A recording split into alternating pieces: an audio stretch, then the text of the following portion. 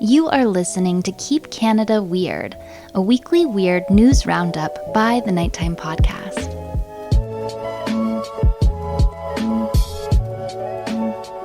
Hello, listeners, and welcome back to the weekly Keep Canada Weird discussion series. If you're new here in Keep Canada Weird, my pal Aaron Airport and I seek out and explore some of the more offbeat Canadian news stories from the past week. In tonight's episode, which we recorded on Devil's Night, October 30th, 2022, Aaron and I get caught up on some of the weird Canadian going-ons that have been playing out while we had our heads in the cemetery. Our discussion will feature the unfortunate death of an incredible deer in PEI. We'll discuss the near-sentient robots that are caring for our elderly in Quebec. We're going to talk about the Chinese police stations appearing in Canada, and then the theft of the patio furniture in Vancouver. So let's get into it.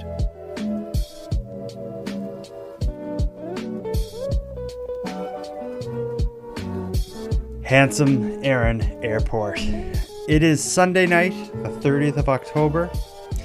We're about 500 kilometers away from each other, but that's not going to stop us from celebrating the weird and wonderful things that have been happening over the past week. But before we do, how are you tonight, my friend? I am good. Thanks for asking. Like you say, we're 500 kilometers away physically, but our hearts are connected. Or at least in the same room, kind of like we're at the same desk. No, they're connected. They're woven together. Two have become one, as the Spice Girls have once sung about in the 90s. Well then, that's your take on it. I beg. I hope it's our take, but okay. Let's move on. How have you been? Nah, good. Just getting geared up for the big day tomorrow. Mm-hmm. Got all my treat bags all packed and ready to go to give to the possibly 3 to 4 children I will have at my door tomorrow night. But we'll see. We'll see. Mm-hmm. Well, we'll see too. I'm excited for it. We had a last-minute costume change for my 4-year-old. He's already had a pizza costume where he dresses as a big slice of pizza and very excited about being a pizza. But the issue we're running into is tomorrow at school, they can wear their costumes to school. And his pizza costume is he's a big pizza slice with there's foam and everything. And it's not the kind of costume you can sit in all day. So not a practical sitting in a desk costume. No. So last minute change. And now my 2 kids are both going as characters from the Harry Potter universe. One is Harry Potter. What's the other character? The other is just a generic student from the same squad that Harry Potter's in. Oh, does it have a name? It's Gryffindor or something. Okay, just a friend of Harry's. A classmate, yeah. Okay, a classmate, not friends. No. Just an acquaintance. They hang out, but just not outside of school, I guess, is kind of the relationship. Okay. Okay, yeah, sure. Other than your preparations, getting geared up for tomorrow night, have you had any interesting things happen? Did you burn something when cooking? Any interesting stories about the last week, or has it just literally been you got your Halloween stuff and then you just sat there waiting now for Halloween? Yeah. I got the Halloween treat bags made up, and we watched Ghostbusters to get in the mood. Okay. Yeah, that's fair. The only thing I had going on is, and this is kind of interesting, so I should bring it up. People who follow the show likely know the story of the rift between me and the man responsible for the glove guy stories. I did 2 episodes about the Halifax glove guy, which is the man in Halifax who for years has been offering people drives home from downtown late at night, only to get them in the car and kind of proposition them to try on leather gloves that he's very passionate about. And he's been accused of being kind of maybe having a leather glove fetish, but at least in one incident, these weird drives home have resulted in criminal charges against him for, I believe it was indecent exposure.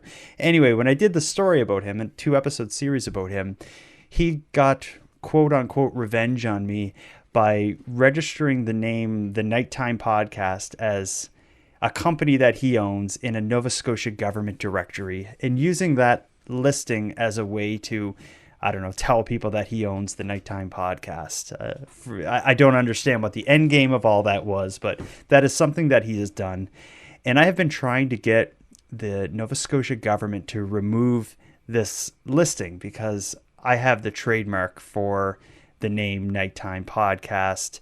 And anyway, it's this long, crazy thing. The reason I bring this up is there's been a development. I've recently learned how to use the FOIPOP system, like the Freedom of Information Act requests and stuff. So I did a FOIPOP request for any time the government said my name or the Nighttime Podcast in relation to this registry listing since this whole thing happened. And I got 120 pages of emails and internal communications, including an email between the premier and the minister who's in charge of Service Nova Scotia, which is the government section that houses this database. The whole thing is amazing. I'm planning to do something with it because there's a lot of tidbits in there that are interesting. Just hearing the government try to deal with an alleged glove fetishist getting revenge on a podcaster. The people in the emails back and forth, they are every single time they're like, this is completely insane. but CBC was covering it and stuff, so they had no choice but to pay attention and try to reason with everybody in this. It's almost like reading a Kids in the Hall sketch or something. It's just so insane. But wow. Anyway, that's occupied a lot of my week. But a story for another day, and I'm glad to not talk about it anymore tonight because, again, we have a mandate here passed down to us not by the provincial but by the federal government, directly from Queen Romana Digilo, that we are, by any means necessary, required to keep Canada weird. We're going to do it. We are legally required by the Queen to do this. Mm-hmm. And we respect the Queen on this show, so therefore we're going to do our best to keep Canada weird. Mm-hmm. Before I introduce the stories, though, I got a bit of bad news for you. For me personally. Well, I guess for both of us and the listeners of the show. Okay. In last week's episode, we talked about, the 10 most haunted places across Canada. Can I make a prediction? Now, for the record, I do not know what Jordan is about to tell me. Can I make a prediction, though, of what the ballpark is of what you're about to say? Yeah, go for it. Okay, so my prediction is that during the segment of the 10 most haunted places in Canada, either you or I mispronounce something. You're exactly right. We talked about, I think it was the 10th most haunted place. I refer to it as the Tranquil Sanatorium, because it's spelled exactly like tranquil. It is not at all called Tranquil. Listen to this. Mm-hmm. Hi, Jordan and Aaron. I'm just calling from British Columbia about your story today on Keep Canada Weird. First of all, I just want to say that I love your banter about Tim Hortons. It's hilarious. Keep it going. It's great. So I know you guys love pronunciation corrections. So tranquil is actually tranquille. I grew up near Kamloops, and back in the late 90s, when tranquille was abandoned, it was fun to go spook each other out.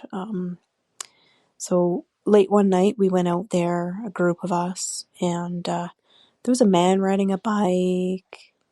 There was red lights on and off in random windows of the buildings. It was very creepy. We didn't stay long. Group of girls in our late teens, scared us all to death. So we went back to my friend's ground floor apartment, and there was a man in the window just shaking his fist at us. Looked eerily similar to the man riding the bike out at Tranquille. I haven't been back. I will not go back. It's a very scary place. Take care, guys. Bye-bye. Well. So I like this. Here's what I say. From now on, if people are going to write incorrect pronunciation or grammar, they need to include an interesting story as a kind of palate cleanser after it. It's almost like the opposite of, when you say something to someone, you're like, no offense, but that's kind of like front loading it. I think these people should, like she did, is backloaded. As you say, you mispronounced it. Here's an interesting story. Well, what was great is because the story was so connected to, the spot that was mispronounced. So it was good to have that kind of, because I would have gotten really upset at this voicemail if she didn't follow up with an interesting story. Yeah, it's pronounced tranquil. Thanks a Tranquil, lot. Bye. but I'm not saying I'm not mad. I am. I'm really mad, actually. But I'm not going to go on about it. Okay. I'm just going to state for the record that I'm fuming mad that she called in to correct us. But you're happy about the story? Yeah, the story was interesting. So I'm going to calm down and move on with the show. We're left as neutral. Well, I appreciate it. I'm learning a lot more about Canada than I expected through Keep Canada Weird.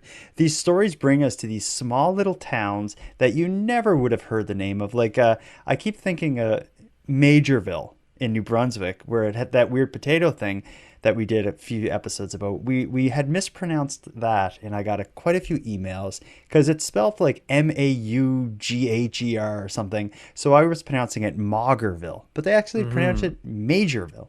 And then this one, Tranquil, or I don't know, however she said it. She said it right, I'm sure. Just don't even try to say it there anymore because she's going to get another voicemail. Yeah, but the way it was spelled and the way it's pronounced, it's a different thing. But anyway, we need to really trace back, the English language or whatever, and get to the bottom of why sometimes things are spelled differently than, or they're pronounced differently than they're spelled. Yeah, it's like, really why annoying. are they doing that? Yeah, and it's I have a kid my oldest kid and my youngest kid are both like learning to read and write well. And when you're teaching English to someone, you realize how many weird little things, like words, but like 3 words that are spelled the same but that are pronounced differently and mean different things, and it's just the whole thing doesn't make sense. But I equate it to like, let's say if you were designing a city and you sat down and organized it, you'd have a bunch of streets going in one direction,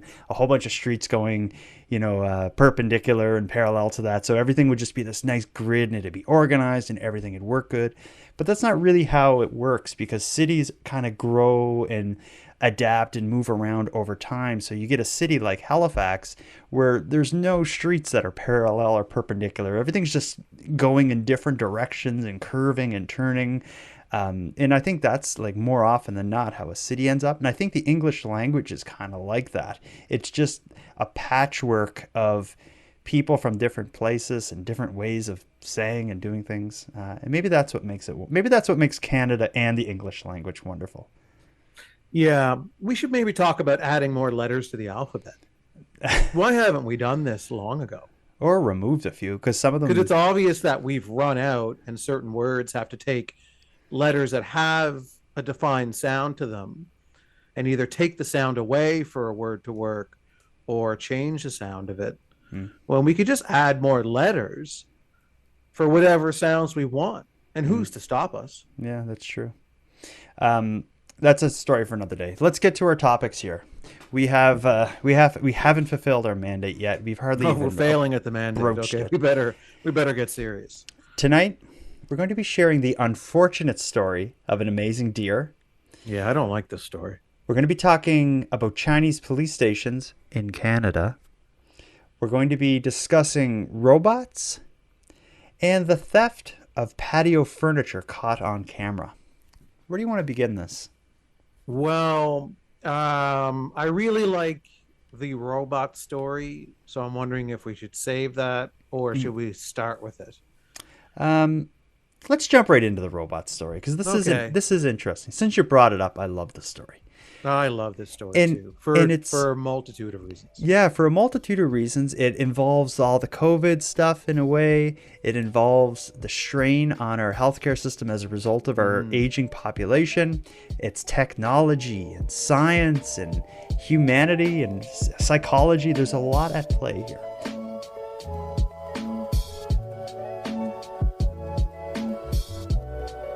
What is happening in Montreal? It seems to be the first place in Canada that this is happening, is Grace, the android, I guess is how I would put her. Yeah, or just call it a robot. The robot, but it's more than a robot because it's a humanoid robot, which is like a cyborg android sort of thing, is being put in the front lines of the healthcare system to help specifically with seniors. But before we talk too much about it, let me tell you a bit of the history by way of a few videos that I've been able to dig up. The first one is the story of Grace just as she was invented or developed and launched. Here's a quick little piece about her. And then this piece doesn't mention what she's up to in Canada, but it'll inform people on who she is and what she's designed to do. I am Grace. I am built by Hanson Robotics for Awakening Health. The Hong Kong team behind Sophia has launched a new prototype, Grace. The robot is designed to interact with the elderly and those isolated by the global health crisis. Grace has a thermal camera in her chest to take your temperature and measure your responsiveness. She uses artificial intelligence to diagnose a patient and can speak English, Mandarin, and Cantonese. I can visit with people and brighten their day with social stimulation, entertain and help guide exercise, but also can do talk therapy, take bio readings and help healthcare providers assess their health and deliver treatments. CEO and founder of Hanson Robotics, David Hanson, says Grace's capacity for social interaction is aimed at relieving the burden of frontline hospital staff. So we designed Grace to look professional in a healthcare setting. So that would mean so that she would resemble the sort of human-like appearance of healthcare staff. And so then this would facilitate more natural interactions. A human-like appearance facilitates trust and facilitates natural engagement. Hey, Grace, why don't you look at my face? Thank you. And I'm going to show you a smile, and let's see what your smile looks like. Okay, yeah, look. Or sad. Oh, yes. Grace is a product of Awakening Health, a joint venture between Hanson Robotics and Singularity Studio. Hanson says the cost of making the robots, now akin to luxury car pricing, will decrease once the company is manufacturing tens or hundreds of thousands of units. Chief Executive of Awakening Health, David Lake, says they plan to fully deploy Grace in 2022 in locations including Hong Kong, mainland China, Japan, and Korea. To start, is this thing creepy? I don't know. I don't really find it creepy, I guess. I don't know. The verdict's out on that. I'd have to be physically in the room with Grace to decide if she's creepy or not. To describe its appearance for people who are listening rather than watching, it is very human looking. It has kind of like a silicone-ish soft skin appearance. Yeah, facial expressions and which are kind everything. of creepy. Its facial expressions are not. It looks like a really well-designed video game graphic or something. But what is weird is, and maybe this is intentional because they did talk a bit in that piece about how it's designed to kind of emulate the appearance of like a healthcare worker. Also, it seems to have, like when you look at it, you couldn't really guess like a race or nationality or whatever. It's kind of like a mix of like all like human women, I guess, or something, because it's a female, Grace, of course. But the idea of it, like talking the practicality, it's a really great idea. Like when I think of my grandmother, who is, especially during COVID, my grandmother's like 90. She's in a like assisted living nursing home kind of thing. And for months there, my family couldn't visit her. She sucks at the phone and she's half deaf and she doesn't really know how to use the computer. And she would get like, a nurse would come in like once a day with like a mask and gloves and like, take my nanny's temperature and then leave the room, and my nanny You wouldn't. say that as if like she took the temperature against your nanny's will. She'd come in and she'd take her temperature. Well, you, took her temperature away from her and like, give me my temperature back. No, I just meant it was this like cold, quick, impersonal kind of moment. And then my nanny would be like isolated and alone for hours. Again, not even hours. And when you like day. And when you're that age, your body, it's falling apart so quickly that if you don't use any part of it all the time. It's like it's gone.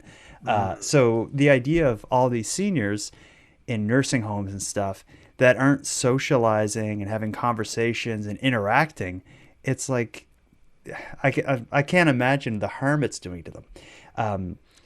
Then comes Grace. So that, I guess, that introduces the need for Grace, the cybernetic android nurse, I guess is the best way to describe her.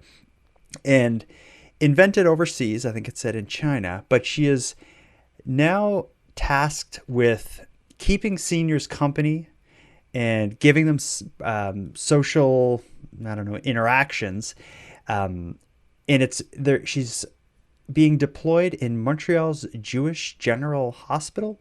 That's the name of the hospital, I believe, where she's going to be working with seniors. Now I'm going to play you one more clip. So what we just did there was we just heard the history of Grace, but here's just a little snapshot of what Grace has going on in Montreal. This is a CBC piece where you get to hear from one of the patients that Grace has been treating.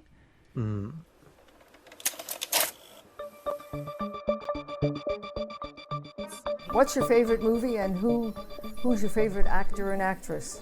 I haven't seen a lot of movies yet, but I do love me some Blade Runner. I think she's lovely, intelligent, well-dressed.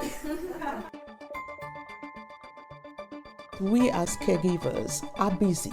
Our residents are not busy all day long. So therefore, the robot will be able to fit in where we cannot.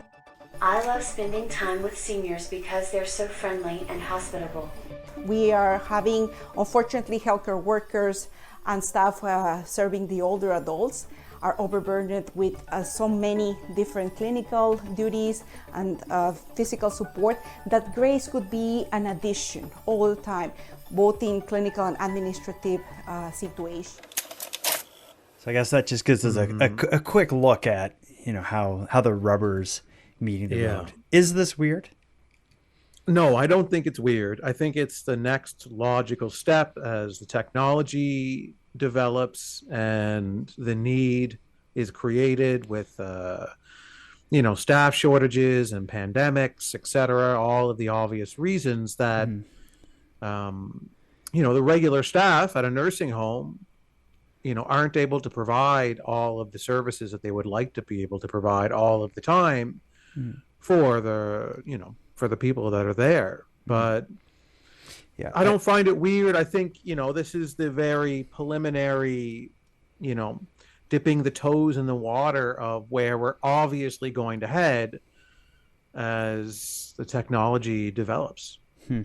I completely see the need, and I understand the need with the pandemic and, healthcare. It's such a struggle here in Canada to, even if you're like at the emergency room, there's a good chance you'll just be like, in a bed in a hallway and die out there. Like it's so bad. I mean, you're seeing this in restaurants now, where they don't look like Grace. They're not robots that you can interact with, but they are serving robots that are just, basically look like serving carts that just come over and deliver your order for you. And you're seeing companies like Amazon do things like this, and it's just the obvious step. I mean, we knew we were heading in this direction eventually, and now we're here. It's like the self-driving car of nursing, I suppose. What about this, though? I don't know how much you follow this. For whatever reason, I find it fascinating, is the people who are kind of like against self-checkouts. And they you go to Walmart and they're like, are you going to pay me to bring my groceries through? I'm not going in the self-checkout. And I think more the issue that some people have with self-checkouts is it's taking away jobs from, or, the argument is that it's taking away jobs from people who could, be ringing you through and getting paid to do it. I just find like if you follow that argument, it's like how many jobs have become redundant or obsolete or whatever. I was actually talking about an arcade with my son recently, and I remember that, well, for one, that arcades exist at malls everywhere, but also you would go in an arcade when we were a kid and there would have to be an employee who was walking around with like this metal little like box on their waist, and you would give them money and they would pump out the quarters from that little box. And then they made like the change machines where you put in a bill and the quarters would just dump out. And it's like all those people probably lost their jobs that would walk around passing out change. People didn't really protest. I think people are just like a little romantic about like the cashier checkout type. Yeah, the customer service aspect of it. I like self-checkouts. I use them whenever I can. You know, if I have an arm full of things and there's a line up at the register with the clerk and I can just run through a self-checkout and check out in 2 minutes, I'm totally cool with that. And also the idea behind that is, you know, someone who would normally be employed as a cashier, you know, maybe is now, you know, gone to further their education and is doing something else. You know, so it can kind of spearhead development in that way for people. Yeah, but I guess it's sort of a different scenario though, because in this case with Grace, she is filling a vacancy in the industry that they just can't fill with, you know, nurses or whatever. You couldn't like have nurses like sit in with your 90-year-old and talk for 45 minutes about, you know, nonsense just to keep them engaged. Like it just would be impractical. So I guess that's a bit of a difference comparison, but the Grace, I don't know. What I think is weird is I get the need for it. I understand it's the development and it's the direction that humanity and our civilization is going in, but there's just something weird to me about a robot being designed by a company that has singularity in their name, that's actually being put into seniors' homes to talk, so that our seniors can talk to robots. And singularity, if you don't know, like that word is often used to describe the moment in time that humans and technology merge and are indistinguishable from one to another.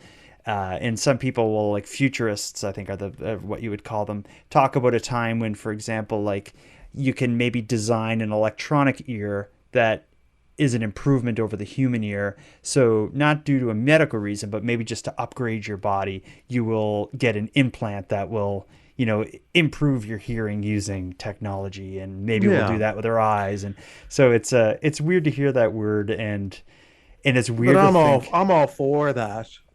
Development, you know, because that is still coming from us, you know. So that is still, even though I'm replacing my current ear with a manufactured ear to improve my hearing, that ear was built by humans. The whole thing is stemmed from the earth, you know? Yeah, well, and I guess to look at it in another way, like our clothing was something that we as humans designed and made and manufactured because it would do better at keeping us warm than, you know, our skin, and it would hide and our shame as well.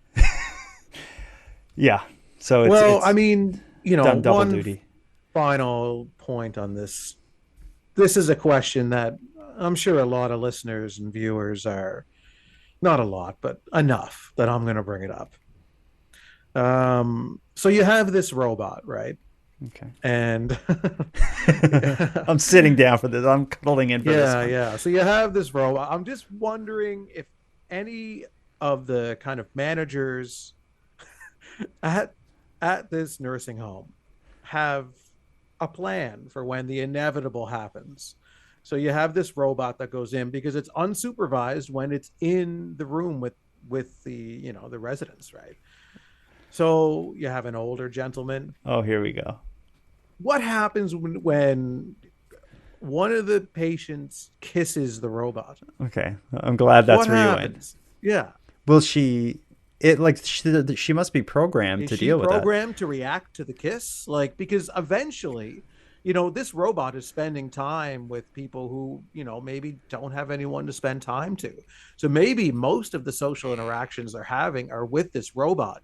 Eventually, someone's going to become romantically attracted to the robot. Like that's something that it will happen. I feel like she's probably. How does the organization respond? How does the robot respond, and how does management respond to when someone starts kissing the robot, and then gets caught. All right, let's not even speculate. Let's just leave that to the listener to kind of let that play through in their head, and maybe a futurist or a computer robotics designer can come on the show and explain to us how that would work. But it seems like they must have thought about that and have a contingency plan. It's going to happen, and it'll probably happen pretty soon. I'm not saying I want to kiss robots. I'm just saying that I want to hear about. I want to hear about someone who does, though. Yes.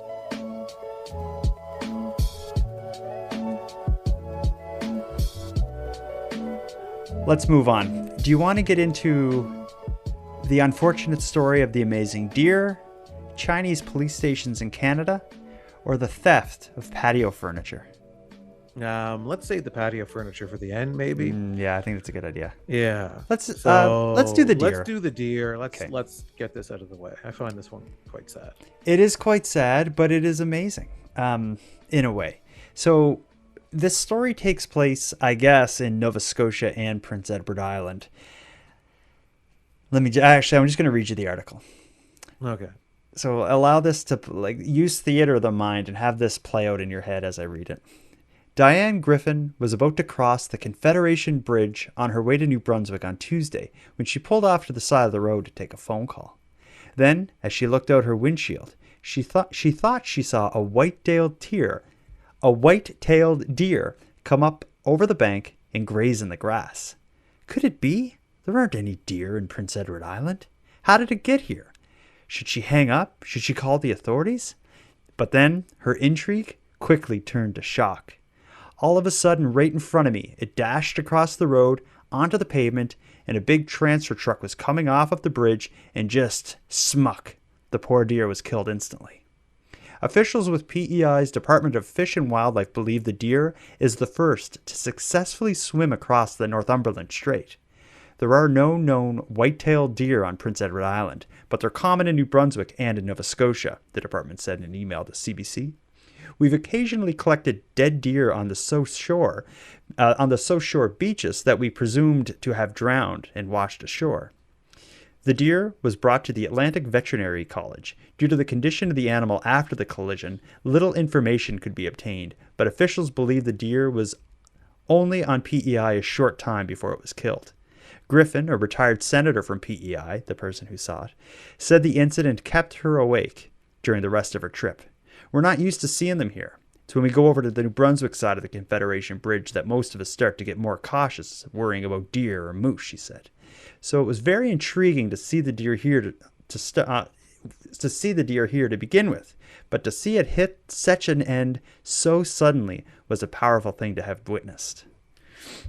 So, quickly to recap it, she's driving, she pulls over, she sees a deer, she knows there are no deer in Prince Edward Island.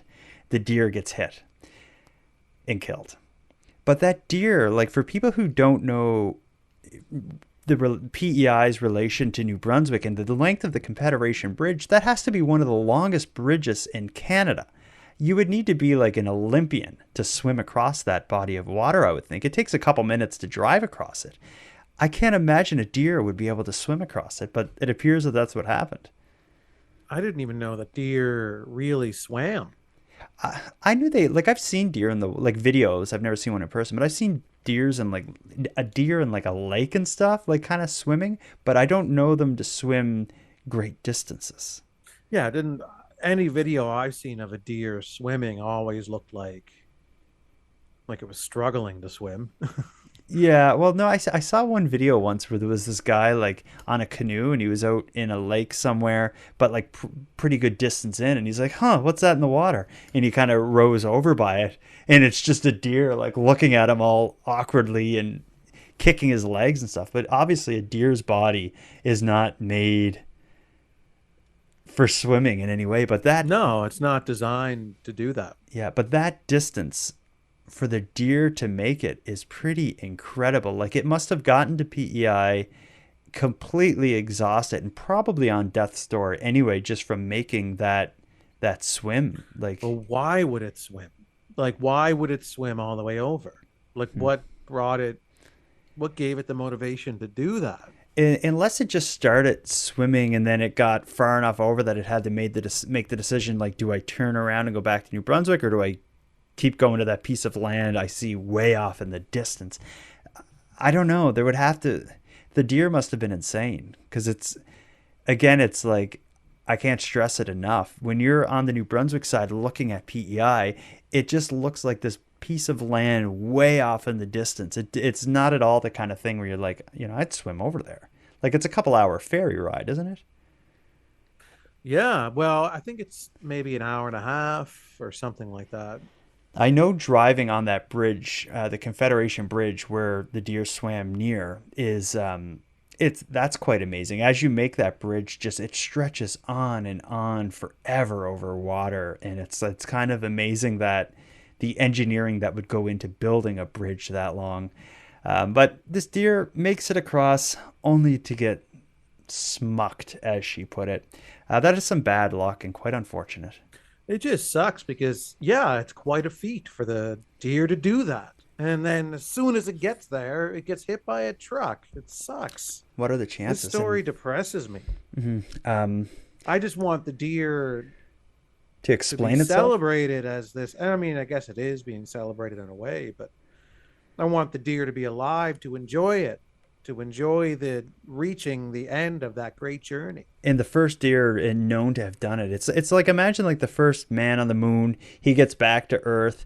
He gets off the spaceship. Everyone is like, clapping and cheering. And then he like trips down the stairs off of the spaceship, breaks his back, and dies on the ground in front of the spaceship. It's like he gets there and then he gets hit by a transfer truck. Yeah, okay, walks out off of the spaceship into the highway. The spaceship and then and just like, who's driving that truck? Another deer. Another deer. But what would the beef be? I guess. Well, they don't have local deer, so they wouldn't be jealous. I guess just another competitive swimmer. Yeah, or maybe some kind of a species that's native to PEI. That's like, we don't want you here. Who would not want like white-tailed deer though? They're the most like peaceful animals. I love them. I don't know. I've never lived with a deer, so I can't really say what they're like. Well, I'm sure they can be just as violent as the next animal. Oh, I don't know. I go very close to them. I have a weird little thing with deer. Is in my neighborhood. It's nice, but it's also sad. Listen to this. So I've lived in the same neighborhood for like 10 or 15 years. We never used to see deer around here. But they're now building like a hospital and a sort of business park where there's going to be like a Costco and all this stuff. So they had to cut down this big section of woods that's not too far from my house. Like clear it, and they're blowing stuff up to build holes to put the buildings in and all this stuff. That's going on over the last few years. And ever since then, I see deer in my neighborhood constantly. Like springtime comes, once the flowers start popping up, the deer are just all over the yards on my street, like eating the flowers or looking for, I don't know. It's like I could put food out in my backyard and I'm sure the next morning there'd be a bunch of deer eating it. So I often, like when I'm going to check the mail or something, I'll just see like 6 deer and I'll just walk right over by them and take selfies, and they just kind of look at you all stunned, and they're very nice looking animals, and I don't feel like they'd hurt anybody. Why does every story with a deer end in tragedy though? It is Bambi. This deer. the 2 deer story. Those are the only deer stories I know of. Let's go from this sad story to another slightly sad story. This is a bit of a movement from nature to politics. Do you remember we talked a while back about the election in, I think it's Colborne, Ontario, or Port Colborne, Ontario?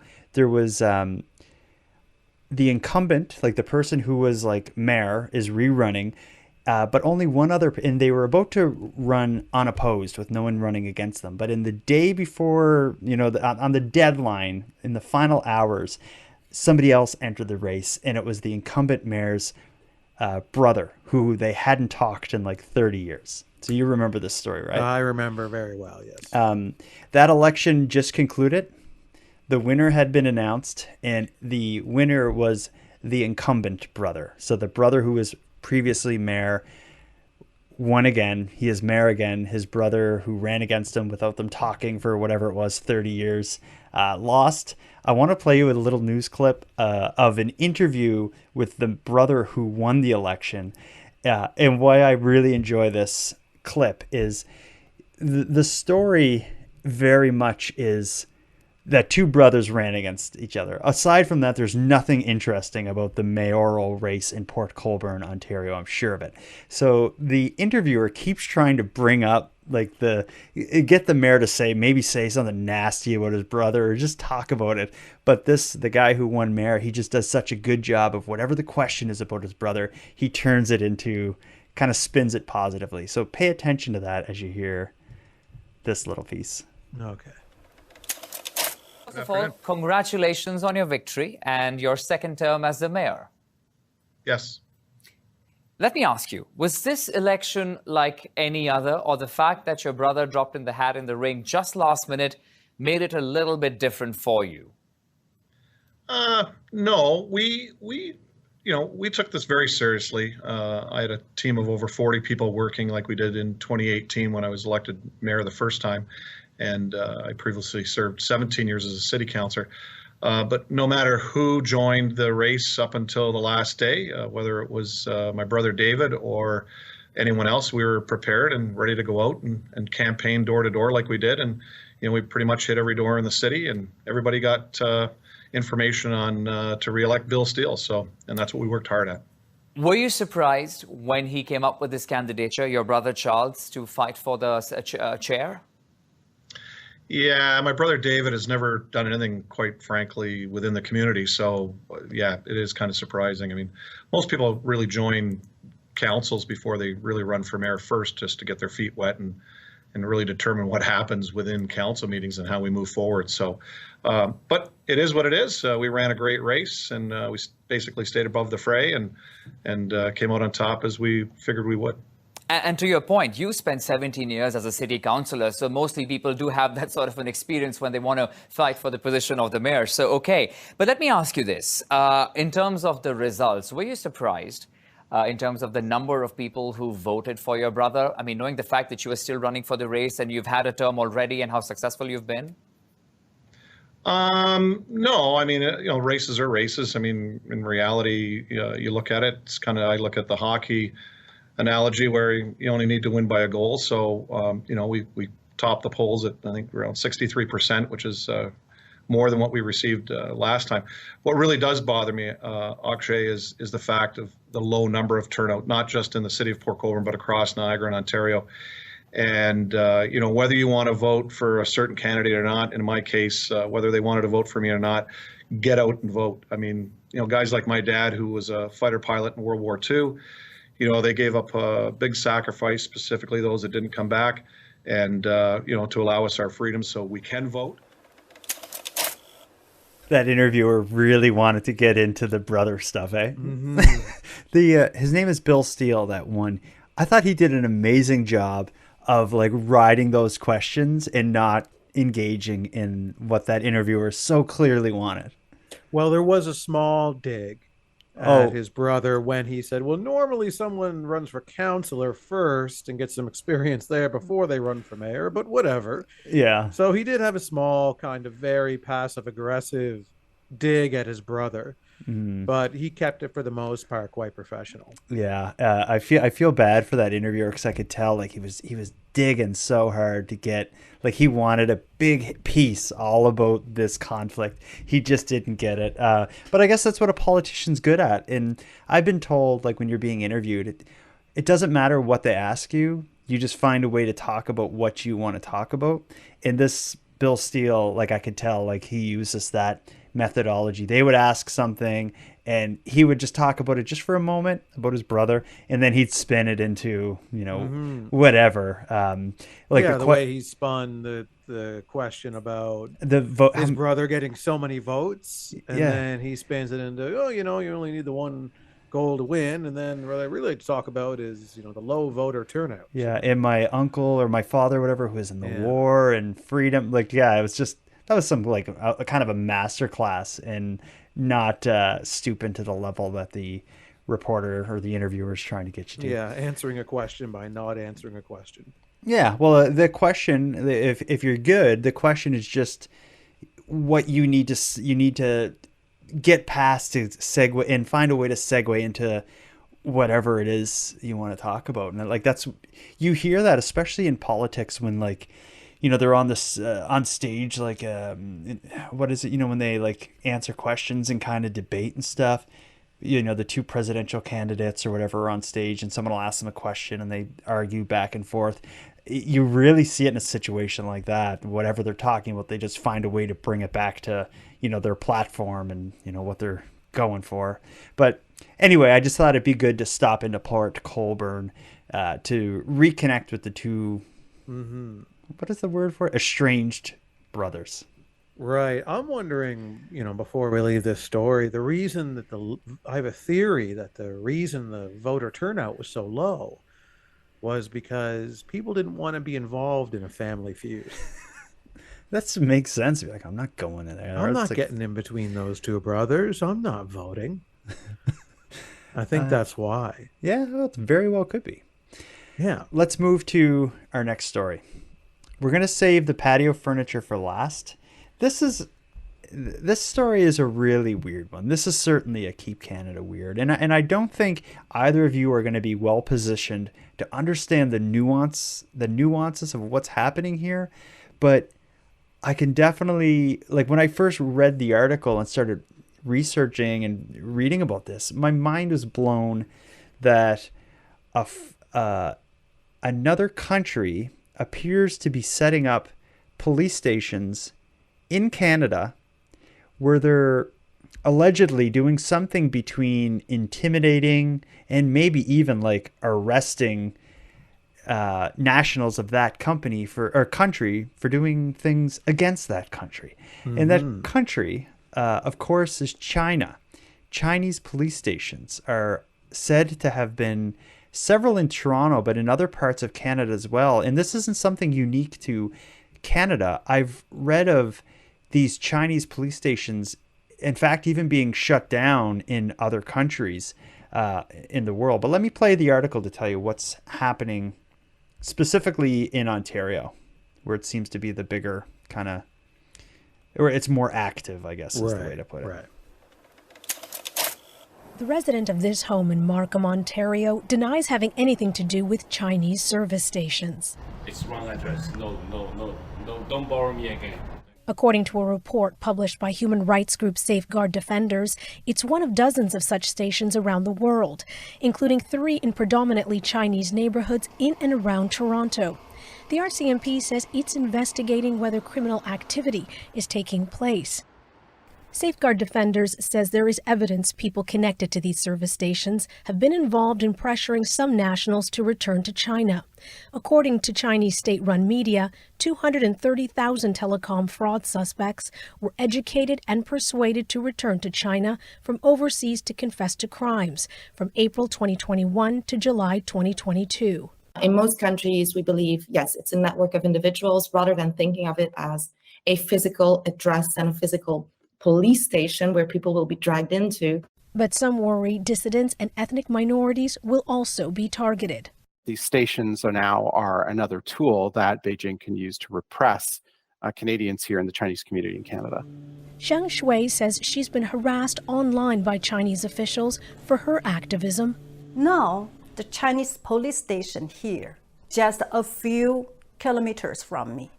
So I am asking myself, where else I can escape to? The Chinese embassy says for services such as driver's license renewal, it is necessary to have eyesight, hearing, and physical examinations. The main purpose of the service station abroad is to provide free assistance to overseas Chinese citizens in this regard. The Chinese embassy also says the service stations are staffed by volunteers, not police officers or people who conduct criminal investigations. Idil Musa, CBC News, Toronto.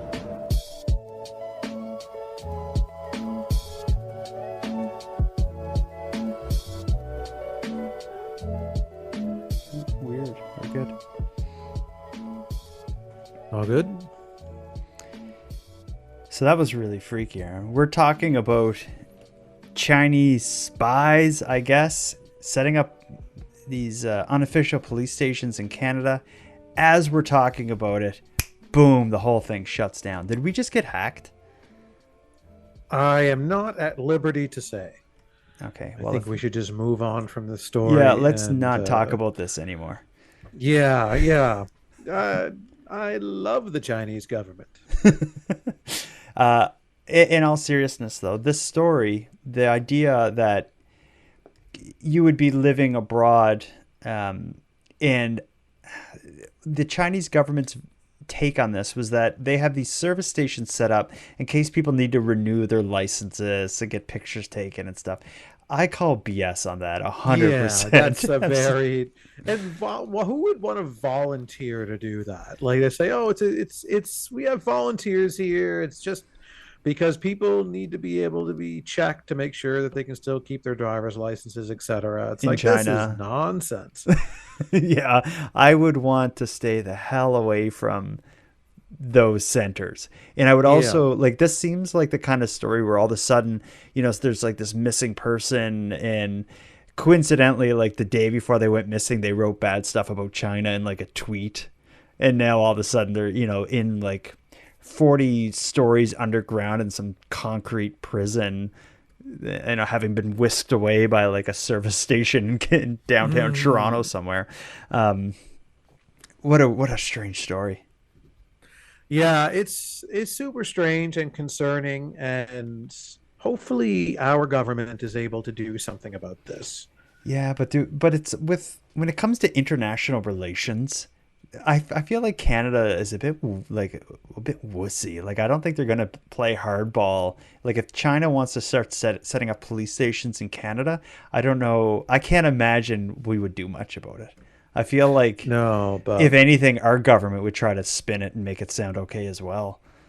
Well, we'll see, but I don't know. I think they can't let that happen. They can't let another country have police stations and security, like, police security that are either rounding people up or enforcing, the Chinese government's will on people who are living here. Mm-hmm. But remember I think it seems to be settled now, but that situation in downtown Ottawa with the church and that like kind of sort of anti-government group that took over and started getting their own police force, like that was bad enough. You get the Chinese government doing it here, man. I'm sure they'd leave us alone, and I'm sure if anything they're just bothering their own people. But it's either way, though, those people are here, for various reasons. So. Yeah. It's the whole story's freaky. It just seems like it has the air of international espionage, and I don't know. That's weird. When I don't like to think that stuff happens. Oh, it happens, and it probably happens a whole lot more than we would ever know. Those deer that are coming into your backyard, the mics on their necks, sent there by the Chinese government. But no, we got to move on because we will get shut down again. Again, yeah. I'm certain. For the record, we love the Chinese government. Yeah, unconditionally too. Yes, there are no conditions. We have a big story to go out on. If Chinese government setting up police stations in and around Canada was not disturbing enough, wait till you hear what's happening to patio furniture on the west coast of Canada. Mm-hmm. This story upsets me. There's something about petty crime, specifically petty theft, that just makes me wild. It's like if someone broke in and like took all my valuables, well, I'd be very upset, of course. But I'd be like almost as upset if they just went in my driveway and took like some stupid old broken up bike. I think it's just about the like breach of like trust or something, and I don't know, just the idea that someone would come and do that to you. And this story, it has a little bit of that, but it's just over the top. Here's what's going on. Okay. This is the doorbell camera that we have, the security footage of the guy coming onto our property and taking everything. It all happened in less than 2 minutes. Just starts casually picking up one item at a time. Amanda Costa's entire front porch cleared out Monday morning at 5 a.m. The evidence captured on her door camera. A rude awakening, to say the least. You feel violated. I just had a newborn 2.5 weeks ago. I'm still healing. I'm sleep deprived. I wake up in the morning to see my patio furniture gone, and it's heartbreaking. And more evidence. Neighbor surveillance video shows the gutsy criminal even backing the U-Haul truck right into her driveway. The guy had like a list of houses that he was targeting because he wasn't driving up and down the streets slowly. He was intentionally looking for house addresses. You can see the U-Haul right there. Unfortunately, Costa wasn't the only target. About 3 hours prior, video from another neighbor shows a man pull up in a U-Haul truck, also stealing patio furniture. Another neighbor reported his garden hose was stolen too. Same clothing, same MO. And then you can see him just jump into the back and put it in there and then take off. Surrey RCMP tell Global News it responded to 2 complaints of patio furniture being stolen in the Clayton Heights neighborhood. They have the videos and are working to ID the suspect. I had the 2 chairs side by side here. Meantime, Costa contemplating what to do next. My older son, who's 3.5, we used to sit outside and wait for my husband to come home, and my son would be jumping up and down on the chairs, being excited to see his daddy. I'm going to lose that experience with my son and also with my newborn because I don't know when I'll be able to replace it. A sense of security shattered and years of family memories stolen in just seconds. Krista Dow, Global News. Let's try to guess what it is they're doing with this stuff. My theory is that these people, whoever's involved in it, probably has like a storage locker or a warehouse or something, and they'll go around now and just steal a whole ton of patio furniture and hoses and random outdoor stuff, and maybe just keep it in the warehouse till like, I don't know, next spring, and then sell it all on like Facebook Marketplace or something. Like, what else could they be doing? Yeah, it's got to be something like that. It sounds like they had someone survey the neighborhood maybe beforehand, earlier in the day, or, you know, a few days before, and maybe mark down the addresses of the places that they thought, you know, had takeable furniture. And garden hoses. Like, why garden hoses? Well, yeah, garden hoses aren't expensive, really. Yeah, but patio furniture is, though, because when I saw this and I was reading the comments and stuff that people were making on like on Facebook and whatever, it's surprising at how much you actually pay. I don't know if you've bought patio furniture lately, but we had to buy some maybe 3 years ago, and I was shocked at the prices to get like a table and 2 chairs and stuff. Like, for something decent, it's, you know, you easily spend $500. And I guess that's on the low end of like a absolutely decent set of patio furniture. Yeah. So I guess if you, and I'm just thinking of the motivation to do this, if you had a U-Haul and you were willing to take the risk, you could easily drive around and get, you know, $20,000 worth of stuff or $10,000 worth of stuff. But I guess then again, that's what its like replacement cost would be. But if you sold it all like on Marketplace, you're selling it for, you know, pennies on the dollar. So I don't know. I don't know what this whole thing is bizarre that they would do that, of all things to steal. It's also, you know, you're thinking about now that we're at a place where video doorbells and security cameras like are so common. It's probably every second home has one. I would think so. In a neighborhood like that, like, you know, it looked like a fairly, you know, upper middle class neighborhood, maybe, I don't know. But you know that a good percentage, roughly 50% of those homes are going to have video doorbells and security cameras that are going to capture all of this on camera. So like, one of those guys wasn't wearing a mask or anything.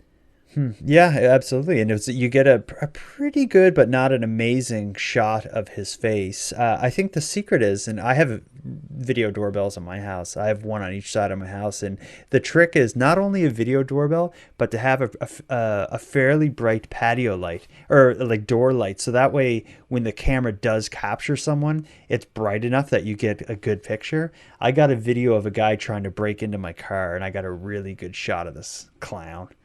Yeah. In this case of the patio furniture stuff, it's like you can see the guy's body shape and what he's wearing and stuff pretty good, but there's just not a lot of detail in his face. But you can tell he doesn't have a mask on, which yeah, it doesn't have a mask on, and you're able to determine, his height and roughly his weight, and the clothes he's wearing. Like it seems to me like you can see their vehicle they're driving. Yeah, but they're not too concerned because they, like in one case, and we see it in that video or that commercial or article we just watched. They even back the U-Haul up into the driveway. U-Haul's loud. So it's like you're risking the vehicle being, U-Haul is obviously rented, so they're risking the cameras being able to identify the vehicle and then being able to go to the U-Haul company and say, okay, who rented this van? Yeah. I don't know. Like how do they get away with it? And it looks like an organized thing. It doesn't look like, like it looks like this is probably going on. Like it's probably a network of individuals. It's like, bring me back, bring me back a truckload of patio furniture but don't forget the garden hoses for some reason. But you talk about them, it getting traced back to the U-Haul company. You could very well, like, if you were going to do something like this, it could be done with a stolen ID or something, or stolen identity theft or whatever. So that way it's not leading back to the person. But either way, I just feel like it's a big risk to take, and it's very bold for the sake of getting a bunch of patio furniture at the end of the season. It's just the risk reward is not favorable. Like why? Well, but people die over $50 and stuff, man. Like it's yeah, I know. But it does seem kind of crazy. But if it happened to you, how upset would you be? If my patio furniture was stolen? Your patio furniture's gone, and then you look at your video doorbell and you see a U-Haul parked outside and them lugging them off. I'd be furious. Yeah, I'd be upset. I don't know. I don't own patio furniture, so maybe you'll get some cheap on Marketplace in the spring. If maybe this I'm keeps the up. one behind this because I don't have any patio furniture and I'm looking to get some. You do have a good sized shed too. Yeah, I've got a good sized garage. What's in there? Yeah, well, just stolen patio furniture from around Canada. And then every season I'll have a new set. And I'll be the envy of my entire neighborhood. Say, Corbett's, he's got a new set every season. What does he do over there? What is he doing? Oh, who employs this man? How does he afford it? Patio furniture is at least $500. Well, hopefully they catch this guy. If they do, a guy or crew or whatever, if they do, we will certainly provide an update. But I think our work here is done. At the end of this, we've learned a bit more about robots, the story of a deer, which I'm so sorry that we had to share. We've maybe gave people a little lesson in why you should lock up your patio furniture. But I think ultimately what we did is we highlighted some weird things that have taken place across the country. Do you feel like we've accomplished our task, Aaron? Yeah, I think we knocked it out of the park tonight. Good. And we learned how to pronounce truncheal. I think it's pronounced tarantula. Tarantula, Ontario. Yeah, the same. Yeah, Tarantula, Ontario. All right, Aaron. Well, until next time. Until next time, Jordan. Don't steal a bunch of crap from people in your neighborhood. Until next time, Jordan, you want to buy a set of patio furniture?